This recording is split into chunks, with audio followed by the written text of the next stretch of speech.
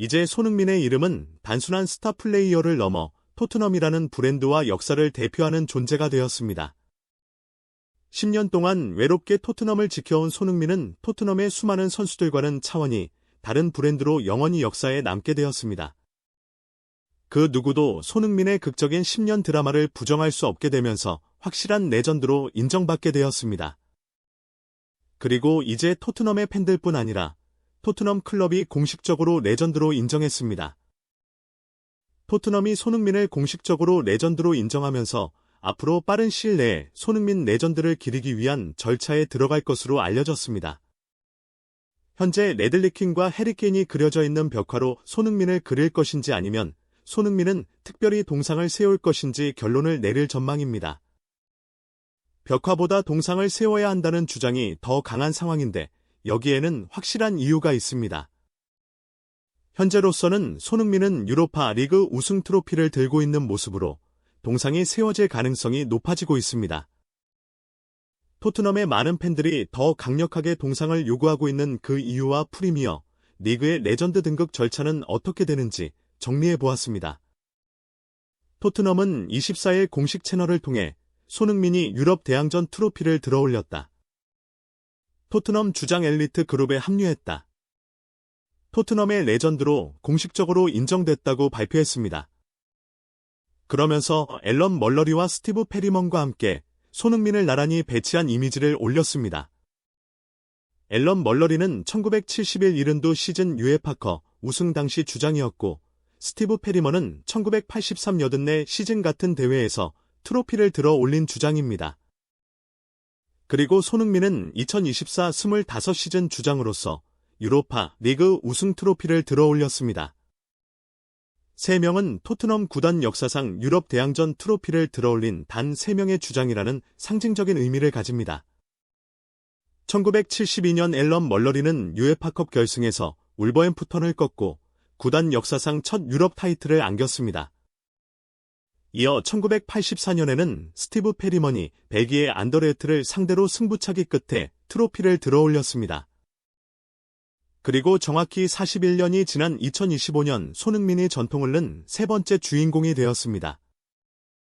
이제 토트넘 클럽은 손흥민을 레전드로 인정하는 대외적인 절차를 공식적으로 진행할 것으로 알려졌습니다. 현재 벽화를 그려야 한다는 의견과 동상을 세워야 한다는 의견이 팽팽하게 갈리고 있습니다.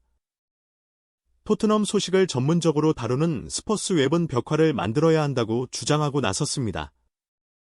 토트넘은 최근 몇 년 동안 토트넘 호스퍼 스타디움 근처에 벽화를 만들어 최고의 선수들을 기리기 시작했습니다. 2022년 전설적인 수비수 레들리킹을 기리기 위한 벽화가 세워졌고 이듬해에는 구단 역대 최다 득점자로 오른 케인의 업적을 기념하는 벽화가 세워졌습니다. 매체는 손흥민이 영예를 아을 다음 토트넘 선수가 되는 건 당연한 일이다. 그가 축구에서 가장 우아하게 디자인된 트로피를 들어올리는 모습을 그리는 것보다 더 좋은 방법이 어디 있겠는가라고 주장했습니다. 현재 많은 토트넘 팬들은 벽화보다 동상으로 세워야 한다고 목소리를 높이고 있습니다. 토트넘이 유로파 리그 우승 트로피를 가지고 왔는데 그것을 확실히 자랑할 수 있는 방법은 손흥민이 우승 트로피를 들고 있는 동상이다라는 주장입니다. 그것만이 손흥민이 레전드라는 사실을 확실하게 하고 유로파 리그 우승 트로피를 위해 얼마나 오랫동안 노력해왔는지를 명확하게 기념한다는 논리입니다. 손흥민의 10년과 토트넘의 지난 17년을 동시에 빛나게 할 것이라는 주장입니다. 특히 많은 팬들은 손흥민 동상은 자녀들에게도 큰 교육이 될 것이라고 강조합니다. 손흥민이 토트넘을 떠나지 않고 오로지 우승 트로피를 목표로 달려왔고 결국 우승 트로피를 아는 역사가 너무나 교훈적이라는 주장입니다. 손흥민이 우승 트로피를 들고 있는 동상을 보는 것이 10년 동안 오로지 한 목표를 위해 희생한 한 명의 레전드를 기억하게 된다는 것입니다. 영국 매체 티버풋볼은 동상 설립을 주장하는 팬들의 반응을 전했습니다. 매체는 손흥민의 동상을 경기장 외부에 세워야 한다는 의견이 상당하다고 보도했습니다. 많은 팬들이 클래스는 잠깐의 폼이 아닌 영원한 자산이다. 손흥민보다 이 영예에 걸맞은 인물이 또 누가 있겠는가? 프리미어 리그 시대를 통틀어 토트넘 최고의 선수라며 강력하게 주장하고 있다고 전했습니다. 팬들은 반드시 동상을 설립해야 손흥민의 공로뿐 아니라 토트넘의 정신도 널리 알릴 수 있다고 주장합니다. 이 와중에 일부 팬들은 벽화와 동상은 의미가 전혀 다르다면서 모두 해야 한다고 주장하기도 합니다. 벽화는 손흥민 개인에 대한 존중과 레전드 인정이라면 동상은 토트넘에 대한 기념물이라는 주장입니다. 둘 중에 하나만 해야 한다는 규정이 있는 것도 아니고 의미가 전혀 다르기 때문에 모두 한다고 해도 전혀 지나치지 않다는 주장입니다. 특히 벽화를 하면 우승 트로피에 얽힌 역사를 기념하지 못할 수 있다고 지적하고 동상만 세우면 레들리킹과 해리케인만 그려진 벽화는 의미가 없다라고 주장합니다. 손흥민을 레전드로 인정해야 한다는 주장에는 토트넘 팬들뿐 아니라 영국 매체들과 영국 축구 팬들까지 모두 강조하고 나서는 상황입니다. BBC와 더 타임즈 등의 영국의 주요 매체들은 손흥민이 클럽 역사에서 중요한 역할을 했다고 평가하며 단순히 뛰어난 선수로 여길 수 없다고 주장하고 있습니다. 매체들은 손흥민은 이제 토트넘의 길이 남을 선수라고 강조하며 손흥민의 업적을 기리기 위한 다양한 조치가 반드시 필요하다고 촉구하고 있습니다. 유럽 축구에서 레전드 선수는 각 구단에서 매우 중요한 위치를 차지하며 종종 벽화나 동상 등을 통해 기념됩니다. 예를 들어 맨유의 라이온 긱스는 23년간 클럽에서 활약하며 많은 우승을 차지한 후 레전드로 칭송받았습니다. 아스널의 티에리 앙리는 그가 클럽 역사상 최고의 선수로 손꼽히며 그의 벽화는 경기장 외벽에 그려져 있습니다. 손흥민이 이러한 레전드가 되기 위해서 부족했던 단 한 가지 우승 트로피를 들어올리면서 손흥민도 스스로 당당하게 나를 레전드로 불러달라고 요구하기도 했습니다. 손흥민은 경기 후 구단과의 공식 인터뷰에서 크게 감격하면서 오늘은 내가 레전드이다라고 말했습니다. 손흥민은 우리가 해냈다. 믿을 수 없다며 제가 이 팀에 남겠다고 말했던 이유는 이런 특별한 순간을 함께하고 싶었기 때문이라고 강조했습니다. 이어 이 순간을 절대 잊지 못할 것이라며 지난 10년간의 모든 순간이 웃음으로 연결된 것 같다고 덧붙였습니다. 그 어느 때보다 감정이 벅차오른 인터뷰에 토트넘의 팬들도 즉각 반응하며 레전드 인정에 열렬한 박수를 보냈습니다. 토트넘 공식 계정에는 이 순간을 평생 기억할 것이다.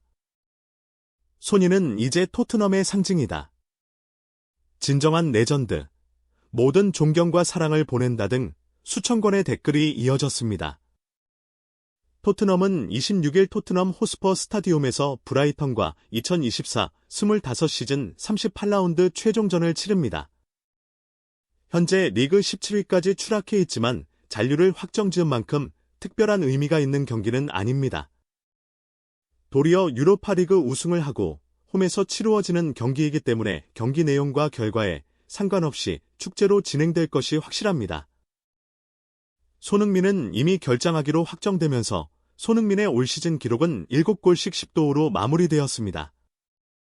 이런 상황에 영국 매체들은 손흥민이 오는 여름에 토트넘을 떠날 것이라는 전망을 했습니다. 매체는 손흥민은 언제나 토트넘의 레전드였다. 2008년 이후 처음으로 토트넘의 우승을 이끈 지금 더욱 그럴 가능성이 높다. 토트넘은 1월에 손흥민과 2026년 여름까지 계약을 연장했지만 토트넘은 다음 시즌을 위해 손흥민을 방출할 것이다라고 주장했습니다. 매체는 구단이 최고 연봉자를 사우디아라비아에 매각하면서의 정류를 챙기려고 할 것이 확실하다고 전했습니다. 매체는 이번 여름은 양측 모두에게 결합이 적절한 시기로 느껴진다. 이보다 더 나은 방법은 없을 것이라며 여름 이적 시장에서 갈라서는 게 최선이라고 덧붙였습니다. 한국과 해외의 많은 손흥민 팬들도 이제는 토트넘을 떠나서 더 많은 연봉과 우승 트로피를 획득할 수 있는 욕심을 내기를 기대하고 있습니다. 10년 동안 토트넘에서 정말로 고생했다면서 박수받을 때 떠나기를 기대하고 있습니다. 쉽지 않았던 토트넘의 10년 정말 고생했습니다.